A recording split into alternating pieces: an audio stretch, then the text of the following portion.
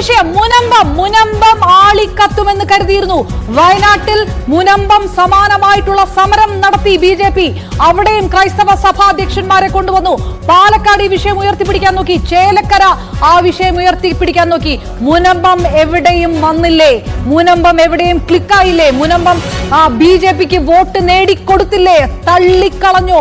ആ സമരസമിതി അല്ലെങ്കിൽ UDF എടുത്ത ചില നിലപാടുകൾ ലീഗ് നേതാക്കൾ നേരിട്ട് പോയി ക്രൈസ്തവ ലത്തീൻ സഭാ അധ്യക്ഷന്മാരെ കണ്ടത്, സമരസമിതിയെ കണ്ടത്. അപ്പോൾ UDF ഒരു മുഴം മുന്നേ എറിഞ്ഞു.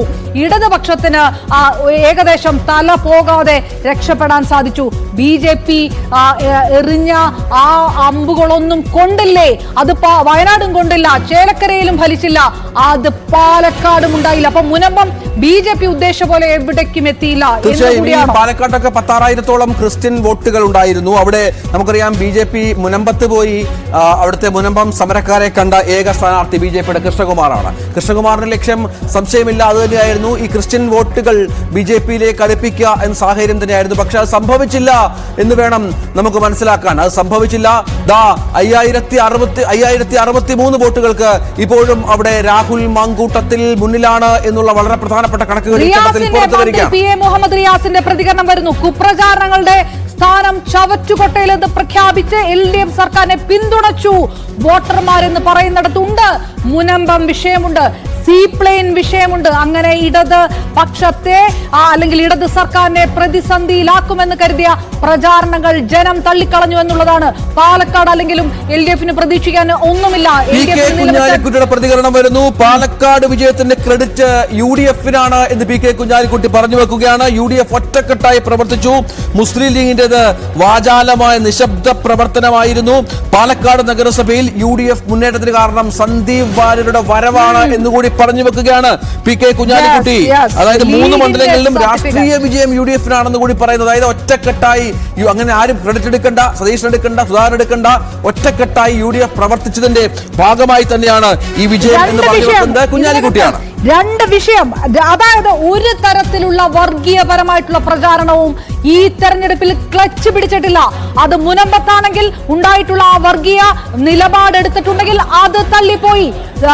ഇടതുപക്ഷവും സന്ദീപ് വാര്യരുമായി ബന്ധപ്പെട്ട് കൊണ്ടുവന്ന പത്രപരസ്യം ഈ വർഗീയ ആരോപണങ്ങൾ തള്ളിക്കളഞ്ഞു. പ്രബുദ്ധരായിട്ടുള്ള ജനങ്ങളാണ് പാലക്കാട്.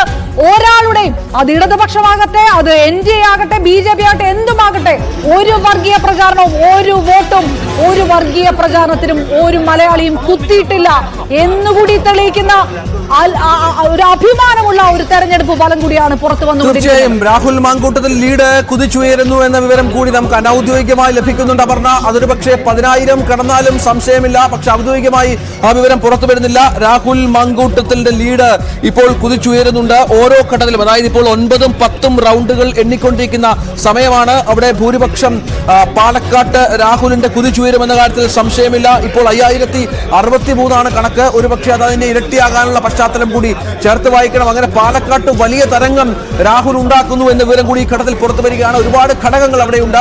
രാഹുലിന് ചിരിക്കാം. ഒരുപാട് വേട്ടയാടലുകൾ രാഹുലിനെതിരെ ഉണ്ടായിരുന്നു. ഏറ്റവും ഒടുവിൽ പാലക്കാട്ടെ പെട്ടി വിവാദമടക്കം, ഈ വ്യാജ ID കാർഡ് വിവാദമടക്കം LDF വലിയ തോതിൽ ചർച്ചയാക്കിയ ഒരു തെരഞ്ഞെടുപ്പ് കൂടിയാണ് പാലക്കാട്ടേത്.